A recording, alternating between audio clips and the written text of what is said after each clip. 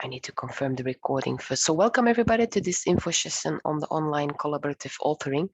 And in particular, in fact, this is a call for participation. So this presentation today will tell you what the tool exactly is and will hopefully then make you collaborate with us on the tool. So before we get started, please let me remind you a bit the housekeeping rules of today. We do realize that you're not that many this afternoon, but we would like to keep you all muted during the presentation, so you're not able to address your questions right away, but we ask you to use the Q&A panel to enter your questions. So the speakers will then, after the presentation, take a look at your questions and answer the questions, if possible, right away. Should it not be possible and your question remains unreplied, we do intend to create a Q&A report that we can make available for you via the website. My name is Els, by the way, and I'll be moderating the webinar in the background. Should you have more technical questions, please let me know. I would also like now to take a moment to give the floor to the speakers of today. So if you can go to that slide. Yes. My colleague Shannon Kiernan, who is a manager digital solutions at Sensenelec, and Dorothee Stadler, consultant of IT at Sensenelec, will guide you to this tool. So please, ladies, the floor is yours. Thank you, and hi everybody. So today for our agenda, we have a quick one here. So we'll first be looking at what is the project that we're doing and the timelines that are happening. We'll then look at the tool itself, and we'll have a short demo. We'll talk about the pilots that have been going on so far and focus on the call for participation, which is why we're here on this call today. What are we looking for and what will be involved? If you decide to get involved, what will the onboarding process look like? Some key links of where you can find some more information, and then we open it for Q&A at the end. Firstly, I'd like to ask you a question. How excited are you? I'm going to launch a poll using Zoom. I'll give you a few seconds to answer this one.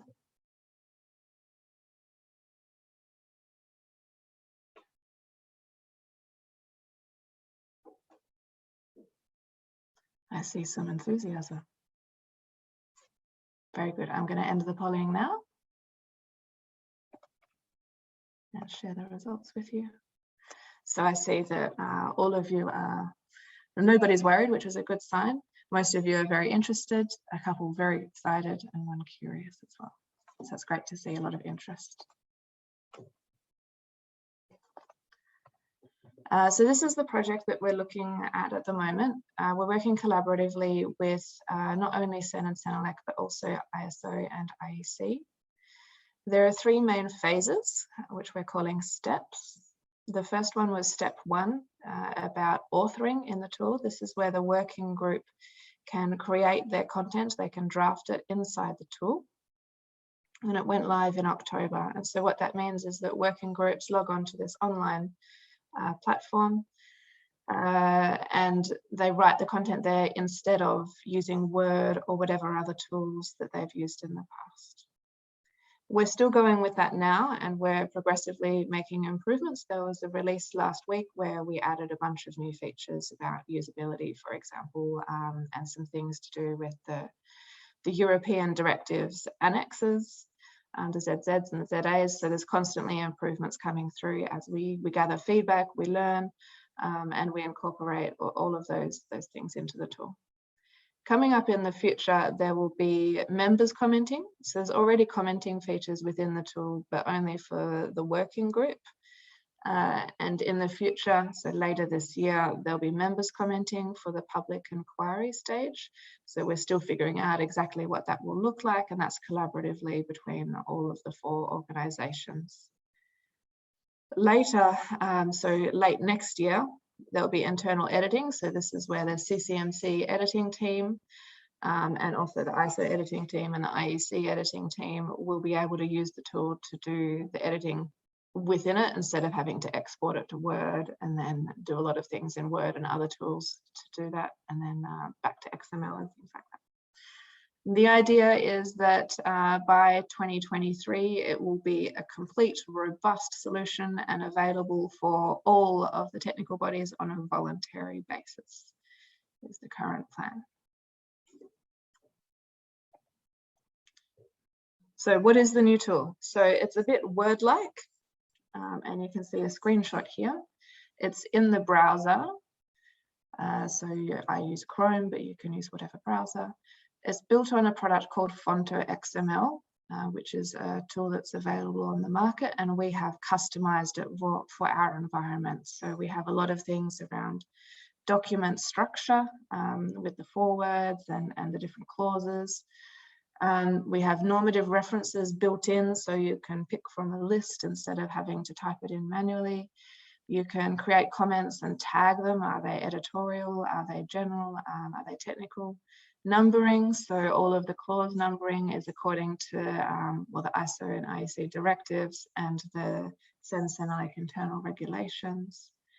There are roles and permissions for the different types of users. So the leaders have different access to the people who actually author the text, who create the text, and then you also have contributors who can only view.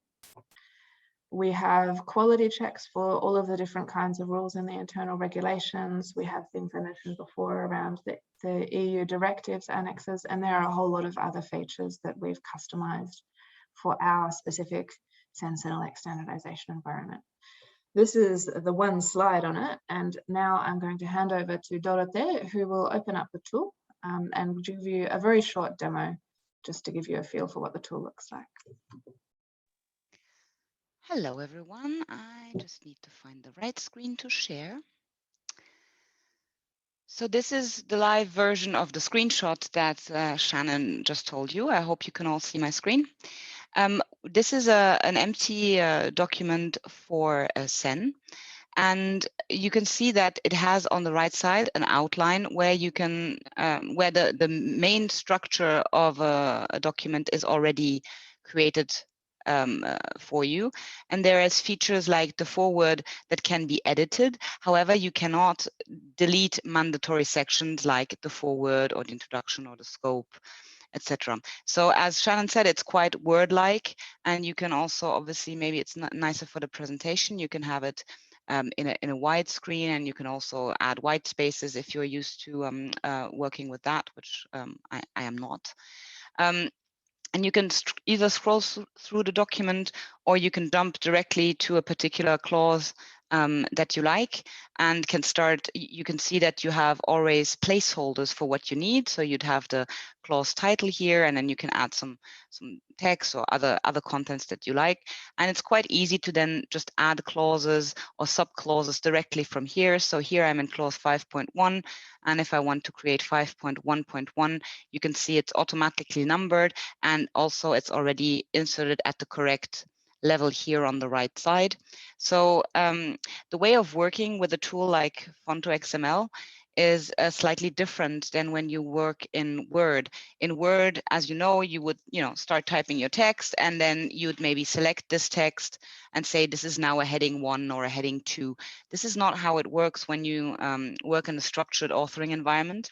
How it works here is you need to think about the structure of your document before you can actually put in some content. So as soon as you have a new subclause or a new clause at the top level, you need to add it first in the structure of the document. And as you can see here, now that I've started typing, there's a little green lock here. So that means that I am locking this section. So whatever I type in here, other people will not be able to see what I'm writing, and they will not be able to edit what I'm writing. And that is, of course, ensuring that when multiple people edit the document at the same time, that we are not sort of overwriting each other's work. So when I'm finished with editing my clause, I can just release the lock, and then everyone else can see what I've done already. So I think the key features that make life much easier with a tool like this is, in particular, for example, with the normative references. You can see that this clause I shouldn't shouldn't be able to write in here. That's obviously the demo effect. But in theory, I cannot write in this clause, and I can also not add any references to it directly. The way it works is that when I'm in a clause and I want to reference a standard in the text, inside the text, I will add my reference. So let's say I want to add normative reference, and I can then add a reference either by free text or by looking it up in the actual ISO IEC Senelec standards catalog. And I can filter here, for example, to only take SEN project. So let's pretend I want to make a normative reference to EN 10222 part 2. I just select it from the list, and I can say whether it's dated or undated. And when I click insert, it will first of all insert it inside the text, but also it should insert it also in the normative references clause. So I apologize for this. I will switch to a different environment where I don't have these errors here, so that I can properly demonstrate these features. I'm very sorry about that. Everything goes wrong for a demo. Always. So let's try this again for me to show you. Okay, so let's see here. So I'll say I'll link to a normative reference, and I look something up in the catalog, and I want a SEN standard, and I'm taking this one. And I insert it, so it's inserted inside the text, and also automatically it's inserted inside the normative references clause. So that ensures that you don't have a list of normative references that is irrelevant. So sometimes, you enter things in the normative references clause and they are not linked inside the document. So this doesn't happen here. And the same principle applies for the bibliography, where you can't add yourself any references manually. And for the terms and definitions also, you can just create term entries in the terms and definition sections, and you'll see that you already have a predefined structure. So I just need to type the title of my term, and I can type my definition. I'll have notes that I can add to the entry if I want to. I can also add examples, and I can add the source if I want to. And you will see that it always puts it at the right level, in the right order. So it's always the term first, then the definition, then any notes, and then the source. And if I have examples, they'll go before the notes. So the tool actually implements the writing rules that you should be following. So there's less, let's say, thinking and editing that has to be done on your side. It's very easy to also copy and paste content from Word, for example, but you will see that here in the insert menu, you have a lot of things that you can immediately add from the menu. So for example, if I want to add a figure, I'll just use an image that I already have in the system, but I could also, let's say, upload a new one from my desktop. So if I insert this picture here, you will see it creates figure 1. I can type the title of the figure, and everything is already right in the correct order. And I can obviously add a legend to a figure. I can add a different graphic. I'm able to add notes. So it's really all about the content being structured, and your focus as authors needs to be on the actual content and the structure, and you don't have to think about any formatting of I don't know, figure captions, or everything is automatically numbered. Everything is already in the right place for you, so that makes the tool much easier. What is obviously also nice is that we have a feature that checks the quality of your content. So for example, if I type here see figure 1, and I don't add a link to figure 1 here, if I turn on my quality checks, then it will highlight that there's an issue here. And if I click on it, it'll say, well, it looks like it's a reference, and I can just mark it as a reference to my figure 1, and have it there. So that means also that you are you have to worry less about, do I have everything done? The tool automatically checks the quality. And if I were to now insert a figure before figure 1, as just to demonstrate the principle, let me add this one here. This becomes figure 1. This one becomes figure 2, and the link inside the text will automatically be updated. So again, this is there's many rules that we've implemented, which I'm not going to show here, but you can see that the quality of your content is also automatically checked for you.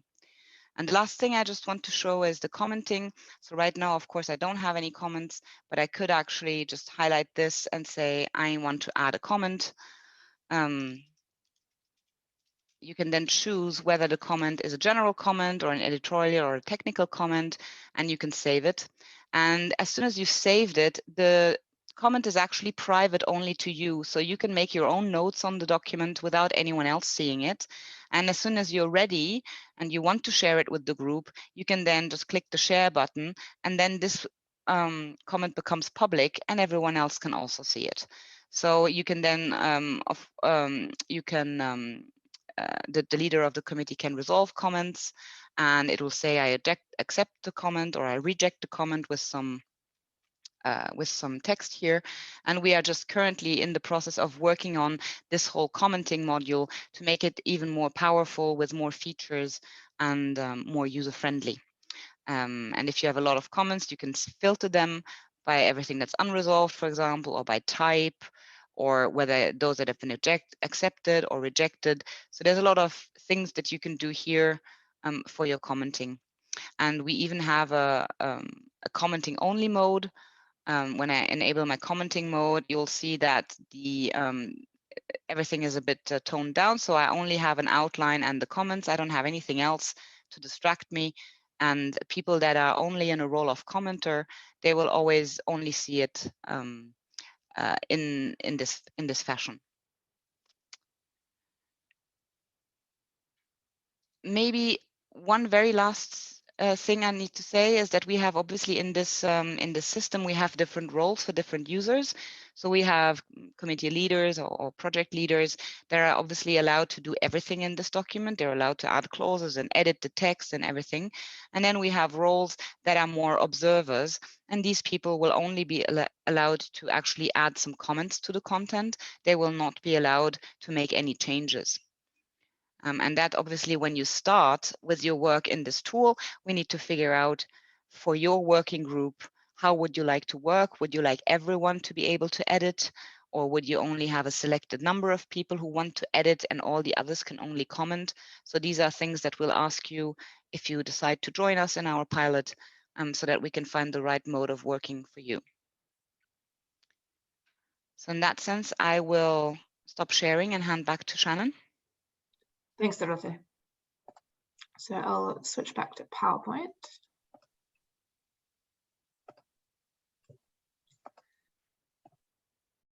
So starting with another poll. Based on what you've seen so far, how easily do you think your working group would adapt to working in the new tool instead of Word? And I'll give you a few seconds.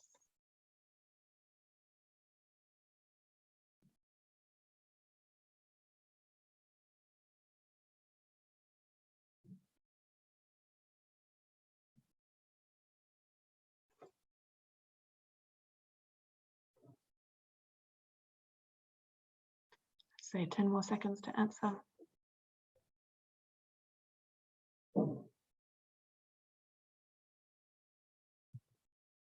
Okay, I'll end the polling. And so basically we've got some mixed opinions. The majority here is some will be enthusiastic and others will take time to be convinced. We have one that said it will be difficult to get everyone on board, and two that are very enthusiastic. Everyone's been waiting a long time for something like this. So I think that's a challenge that we'll all have to face. Different people will have different approaches. And that's something we want to resolve through this piloting phase, as to how to address some of those different concerns that people have.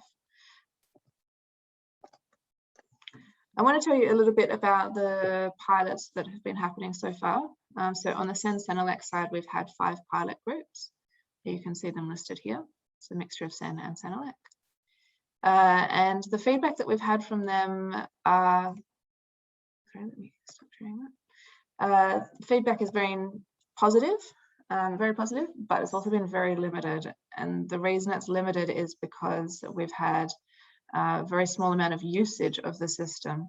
These pilots all went live in, I think it was October last year. And since then, they haven't been doing much authoring in the system because of different aspects of the timing of their work. So for example, they'd already written all of their content, and so all they did was copy and paste it in. They didn't really use the features in the intended way. Or the opposite end of the spectrum is that they're not ready to start writing yet. They're doing a lot of preliminary research before they start drafting anything. And so the little usage that we have had is positive, but there's just not enough of it yet. So that's why we want to get more groups involved. Their feedback that they have sent through, though, has led to a few feature requests, which have gone on our quarterly sprints, and some of those have been implemented already. At the moment, we're only looking at step 1, which is authoring within the working group. And after that, of course, we know our production chain, it needs to go on to later phases, such as the public inquiry, the formal vote, editing, translating, publication. And so at the moment, the tool does not link up with all of those later steps. So the way that we're doing it for now is just to export to Word once the authoring is completed. So we're looking for additional working groups to participate in this pilot. These are the kinds of groups that we're looking for. So we want groups that will draft all or most of the content directly in the new tool. Starting in the next few months, we want you to have a pilot mindset. So we understand that not everything is always going to be perfect because it's a new tool and we're learning. And occasionally you might need to use a workaround to get what you need. We want you to be proactively giving feedback and making suggestions, because that's the whole purpose of this, is to shape the new tool and turn it into what we need. So we need feedback on what it is that the working groups need. And occasionally there might be a feedback survey to fill in as well. We want groups where all of the group members will work in the new tool. Of course, there'll be different access levels, as Dorothea was showing us, with some people having leadership role where they can accept and reject different people's contributions, authors who can actually make those contributions, and then others who can only view and comment. But what we don't need are groups that have already created all of their content. So just to contrast that, we know that just about all the time there's going to be some existing content. Nobody starts from absolute zero, but we want you to do a decent amount of drafting in the new tool, because it's that drafting process that we want to test. We don't need groups that will be drafting their content in Word and then copying and pasting it to the new tool. We want groups that are starting soon, not in 6 months or more. We'll need to see what happens with different pilot groups later for later stages of the project. But for right now, we're looking for groups that are starting soon. And we want everybody to be using the tool, not that some group members will only work in Word because that's what they prefer or can do or whatever. So we need everybody to be able to access the new platform.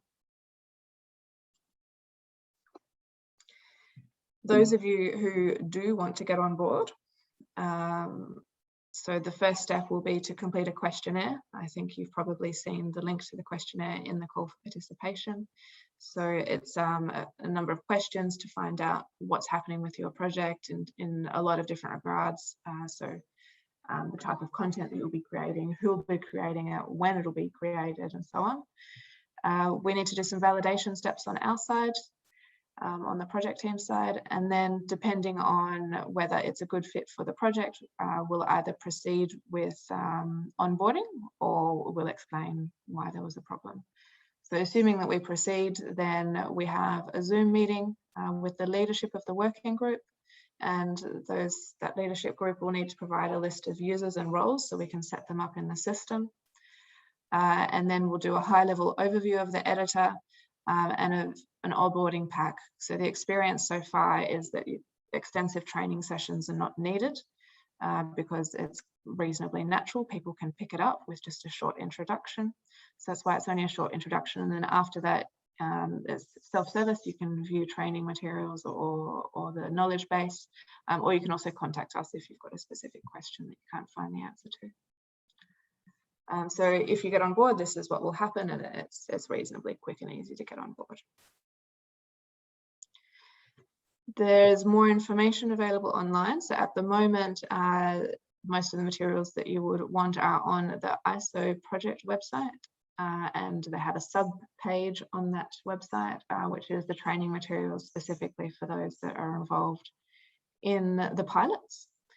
We do not yet have a page on the Sensenelec website, but we're actually going live with the experts website coming soon in a few weeks. And we will have a page on there as well that's dedicated to this. And as we said, so if you want to get on board, the first step is to fill in the questionnaire. Of course, you might have questions before that, so feel free to ask the questions. So I want to end with one more final poll.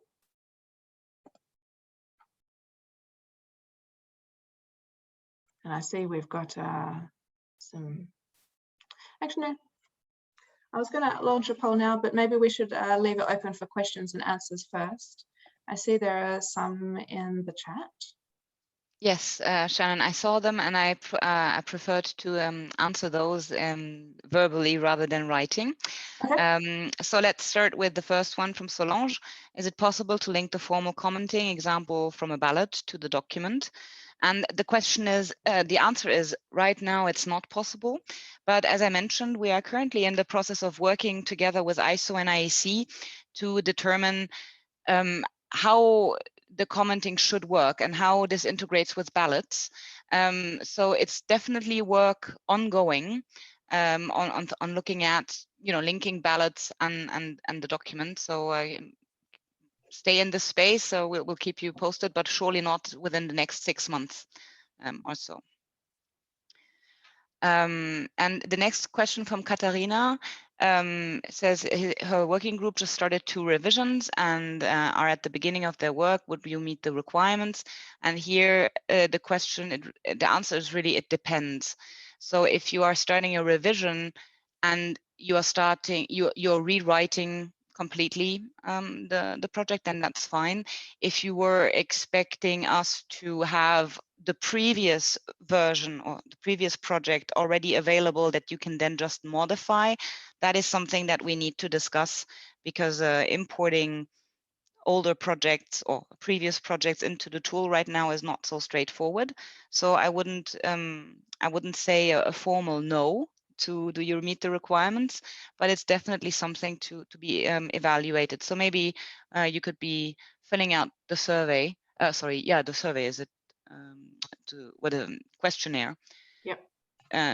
To see if you meet the requirements, and that's obviously for everyone. If you're don't assume you're not qualified for the pilot. If you are interested and you think your working group is interested, then please do fill in the questionnaire so that we can assess, because it's more important, I think, for us to find people in the right mindset, and then we can work around maybe some problems with the documents themselves.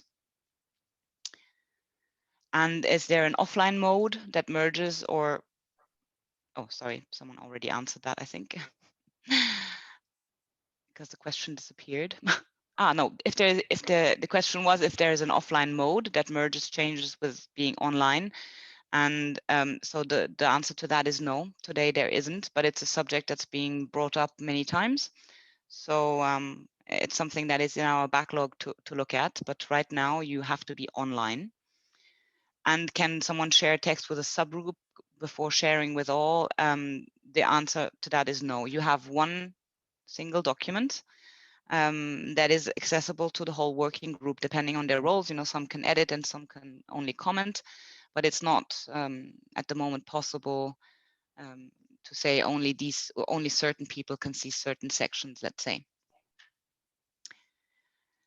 And then the question of what font or plugin tools will be available, like the editor, the review, the document history, everything. The answer is everything. So I've demoed the editor. The review is where you can look at the changes that is there. The document history is something that Fonto is currently very actively enhancing, but yeah, this is also accessible. So yes, basically everything. And then we have a question from Maria. Our working group only works with revisions of existing ENs, but there are a lot of them, sometimes adding new annexes. Is it possible to import transforming existing ENs? And again, the answer here is it depends. So if you have a document that has 300 pages with hundreds of equations and figures and tables, then that is something that is extremely difficult and time consuming for us to import. And we are working on a more streamlined process, but it's not quite ready yet. So again, it will depend on the content and the length and the complexity of the EN that you are revising.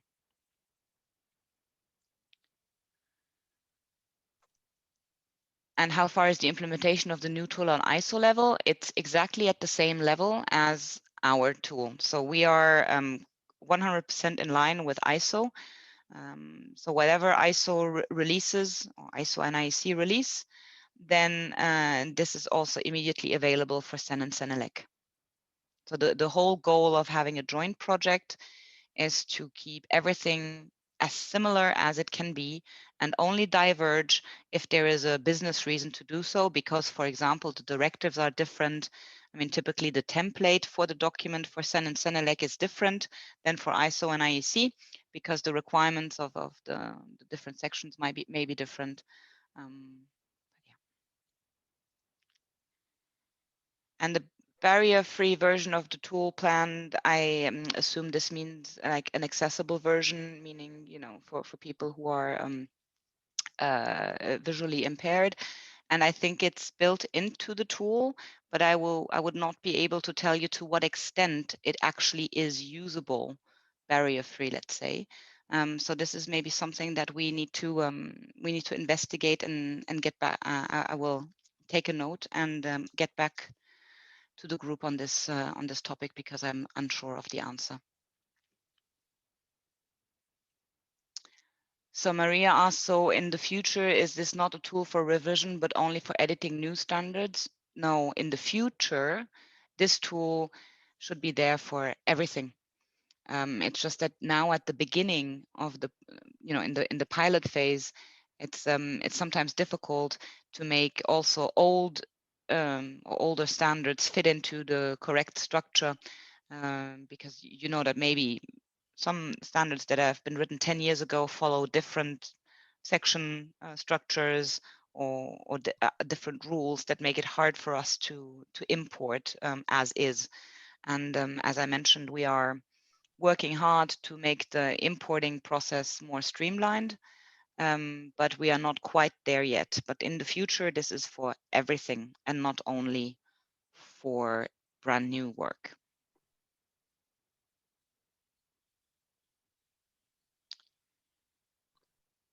Are there any additional questions?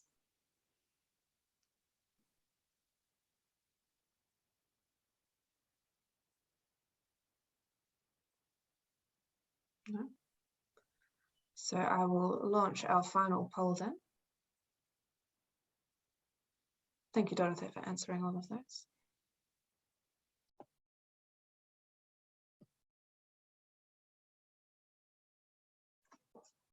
I'll give you a few seconds to answer this one.